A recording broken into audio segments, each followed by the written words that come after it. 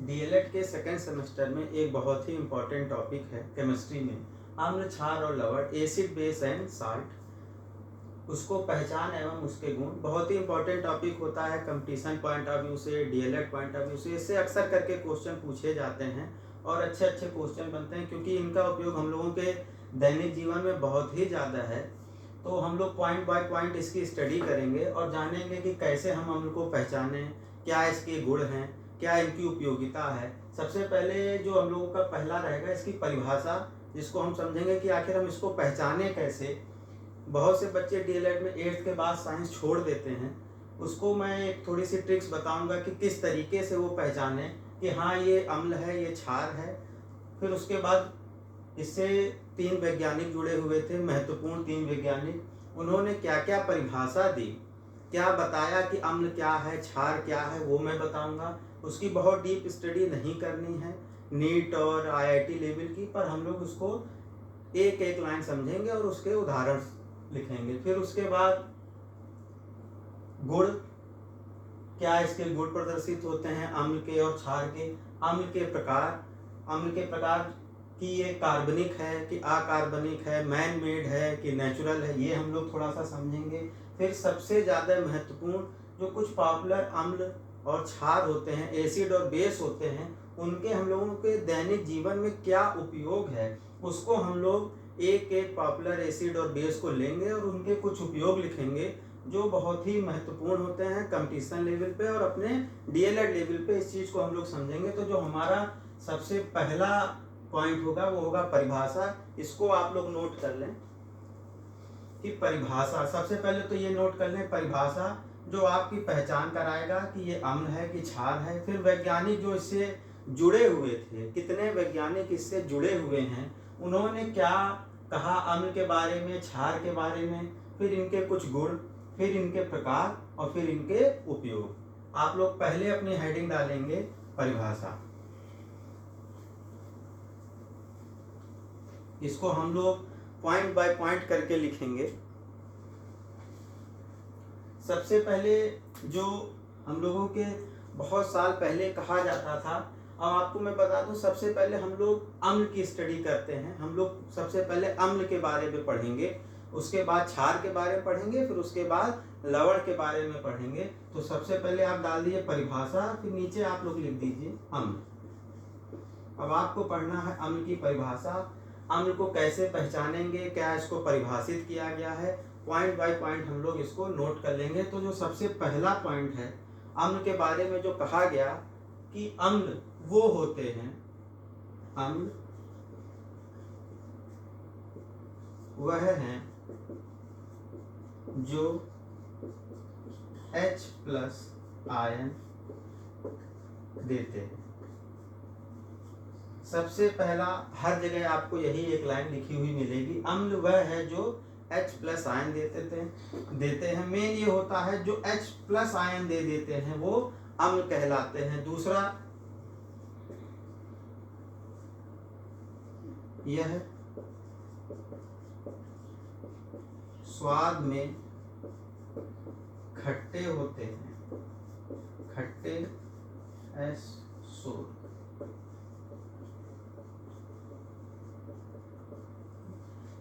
अम्ल को इंग्लिश में एसिड कहा जाता है। लैटिन वर्ड में एसिड को ही सोर कहा जाता है। पहले आप जब अंगूर खाएंगे, जो अनराइप फ्रूट्स होते हैं, अंगूर है, संतरा है और इमली है, बहुत सारे फ्रूट्स हैं, वो आप जब स्वाद में इसको लेंगे तो खट्टे होते हैं। आपकी दही है, तो उस सब में जो खट्टापन होता है वो किसी न किसी अम्ल के कारण से होता है, वो हम लोग बाद में पढ़ेंगे। पहले हम लोग इसकी परिभाषा और पहचान समझ लेते हैं। तीसरा,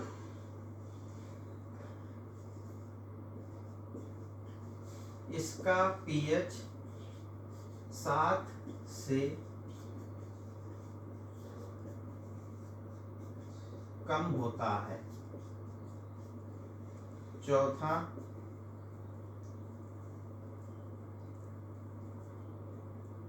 इसका पीएच 7 से कम होता है। चौथा हम लोग लिखेंगे यह है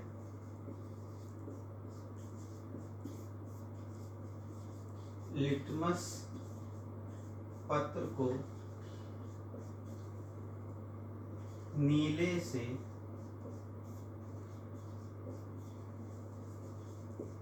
लाल कर देता है। ये एक बहुत महत्वपूर्ण चीज है, अक्सर करके पूछा जाएगा। आपको एक यौगिक दे दिया जाएगा, एक सूत्र दे दिया जाएगा और उससे पूछेगा कि यह लिटमस पत्र को क्या कर देगा। बच्चे अक्सर करके कंफ्यूज हो जाते हैं कि लाल से नीला लिखना है कि नीला से लाल लिखना है। इसकी मैंने एक छोटी सी ट्रिक बनाई है, वो मैं बता देता हूँ। फिर उसके बाद मैं पहचान बताऊंगा कि आखिर आप पहचानेंगे कैसे। कि हो सकता है वो आपको कंपटीशन लेवल पे या परीक्षाओं में सिर्फ ये लिख दे कि H3PO4, तो आप बच्चा पहचान ही नहीं पा रहा है ये अम्ल है कि क्षार है, कि मैं इसको बताऊं कि ये नीले से लाल होगा कि लाल से नीले, ये भी मैं आपको बता दूंगा। पहले आप इस पॉइंट को इतना नोट कर लीजिए, फिर मैं आपको ट्रिक बता देता हूँ।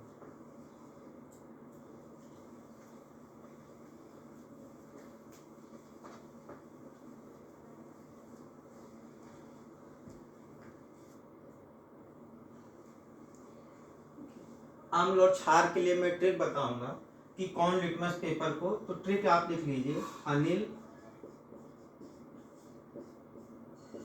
चलना है, अनिल चलना है। आ से हम लोग लिखेंगे अम्ल, ना से लिखेंगे नीला और ला से लिखेंगे लाल। इसका मतलब हो गया लिटमस पत्र को जब अम्ल से मिलाया जाता है तो वह लिटमस के नीले पत्र को लाल कलर में बदल देता है, लाल रंग में परिवर्तित कर देता है। अनिल चलना है, आ से अम्ल हो गया, ना से नीला हो गया, ला से लाल हो गया। लिटमस पत्र को वह यौगिक जो नीले से लाल में परिवर्तित कर देता है अम्ल कहलाता है, उसको हम लोग अम्ल कहते हैं। चलना से है, चलना से आप लोग इसको लिख लीजिए, चलना से लिख लीजिए, चा से क्षार, ला से लाल, ना से नीला। वह सभी यौगिक जो लिटमस पत्र को लाल से नीला कर दें, लाल रंग से नीले रंग में परिवर्तित कर दें, क्षार कहलाते हैं। मैंने देखा है कि कंपटीशन लेवल पे बच्चे कंफ्यूज हो जाते हैं कि अम्ल क्या करता है, नीले से लाल करता है कि लाल से नीला करता है। अब मुझे लगता है कि आपको इसमें गलती नहीं होनी चाहिए। एक छोटी सी ट्रिक है, आप लोग इसको समझ लें। और मैं आपको थोड़ा सा ये बताना चाहूँगा कि सामान्य तौर पे आप कैसे पहचान करें कि कौन सा अम्ल है कौन क्षार है। तो बहुत ही छोटा सा कॉन्सेप्ट है कि बहुत तरीके होते हैं, बहुत तरीकों से बताया गया है, लेकिन उतने तरीकों को हम लोगों को नहीं पढ़ना है। एक छोटी सी ट्रिक्स है, छोटे से कॉन्सेप्ट हैं, जिससे आपका सामान्य अम्ल और क्षार यौगिक कवर हो जाएंगे। तो आप कैसे पहचान करेंगे? देखिए, अम्ल और क्षार में प्रायः ऑक्सीजन और हाइड्रोजन दोनों पाया जाता है, लेकिन ऑक्सीजन और हाइड्रोजन जब किसी एक तत्व से मिला रहता है वो हमको पहचान करके बताता है ये अम्ल है या क्षार है। जैसे आप एक एग्जांपल देखिए, जो धातुएं होती हैं, धातु और अधातु, मेटल एंड नॉन मेटल, ठीक, उसमें भी धातुओं में आपको बहुत ज्यादा धातुएं नहीं पढ़नी है। 6-7 महत्वपूर्ण धातुएं हैं, उनके यौगिक हैं जो आपने कहीं ना कहीं 6th में 7th में 8th में उसको देखा होगा। उससे ऑक्सीजन हाइड्रोजन जुड़ी रहती है। इसी प्रकार धातुओं में भी आपने उसको देखा होगा। बहुत ज़्यादा आपको डीप स्टडी नहीं करनी है, मैं आपको बता दे रहा हूँ। जैसे धातुएं Na सोडियम से जुड़ी हुई, ये एक महत्वपूर्ण चीज है। कैल्शियम से जुड़ी हुई, मैग्नीशियम से जुड़ी हुई, आयरन से जुड़ी हुई, पोटेशियम से जुड़ी। अगर जो इनसे ऑक्सीजन हाइड्रोजन कोई भी चीज जुड़ी हुई है या किसी भी यौगिक में ये आपको नजर आते हैं, तो आप इसको समझ लीजिएगा कि यह जो है क्षार है, यह क्षार है। फिर उसके बाद अधातुएं जैसे sulphur, nitrogen, phosphorus, nitrogen, sulphur, phosphorus. अगर ये 3 ही आपके लिए पर्याप्त है, अगर जो इनसे ऑक्सीजन और हाइड्रोजन जुड़ी है तो आप इसको समझ लीजिएगा कि ये एसिड हैं, अम्ल हैं। अब इनके उदाहरण हम लोग लिख लेते हैं। देखिए, जैसे आपने इसको पढ़ा होगा कास्टिक सोडा, फिर आपने ये देखा होगा वाशिंग सोडा, फिर एक और इसमें होता है सोडियम बाइकार्बोनेट, वो आपका बेकिंग सोडा, फिर कैल्शियम है आपका,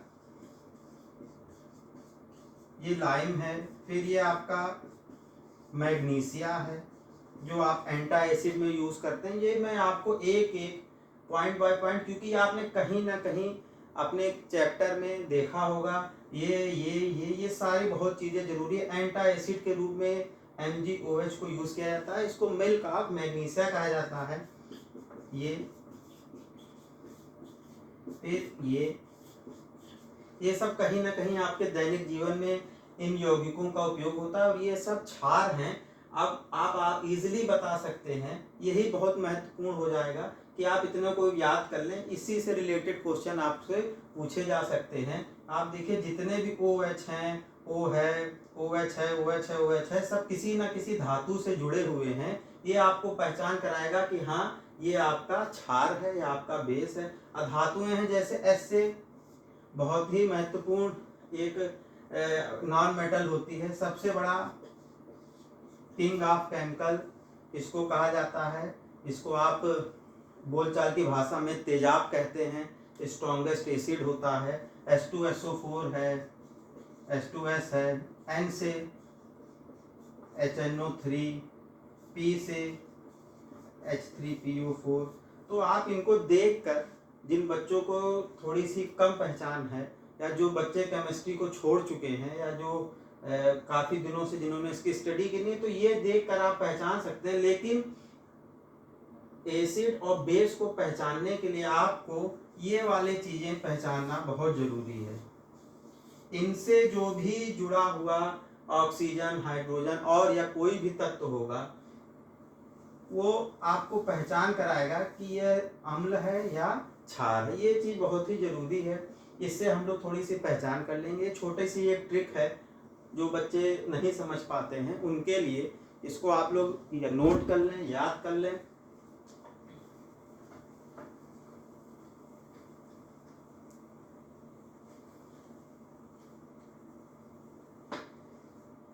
जैसे एक क्वेश्चन हम लोग करें कि H3PO2 लिटमस पत्र का रंग परिवर्तित करता है। पहला ऑप्शन नीले से लाल, दूसरा लाल से नीला,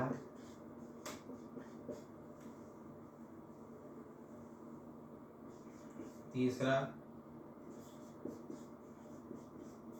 नीले से पीला, चौथा लाल से गुलाबी। अब ये आपके पास क्वेश्चन आ गया, तो सबसे ज़्यादा आपके लिए महत्वपूर्ण क्या हो जाएगा। अब इसने ये नहीं लिखा है कि अम्ल है कि क्षार है, तो सबसे पहला हमारा क्या होगा कि हमें ये पता करना है कि ये अम्ल है कि क्षार है। तो मैंने आपको पहचान बताई है कि अधातुओं में 3 अधातुएं याद कर लीजिए, आपका नाइट्रोजन, फास्फोरस और सल्फर। इसमें आप ये देखिए फास्फोरस है, इसका मतलब है कि ये अम्ल है, ये अम्ल है। अम्ल का मैंने आपको एक फार्मूला बताया है, अनिल।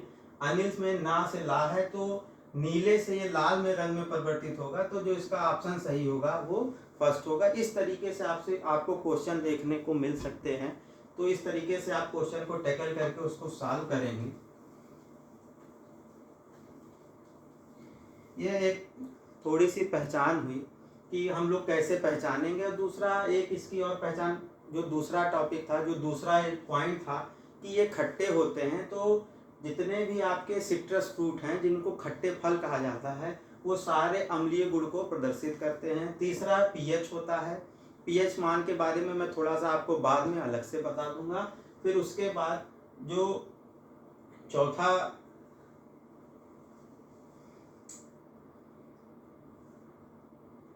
चौथा था वो लिटमस पत्र वाला मैंने आपको बता दिया।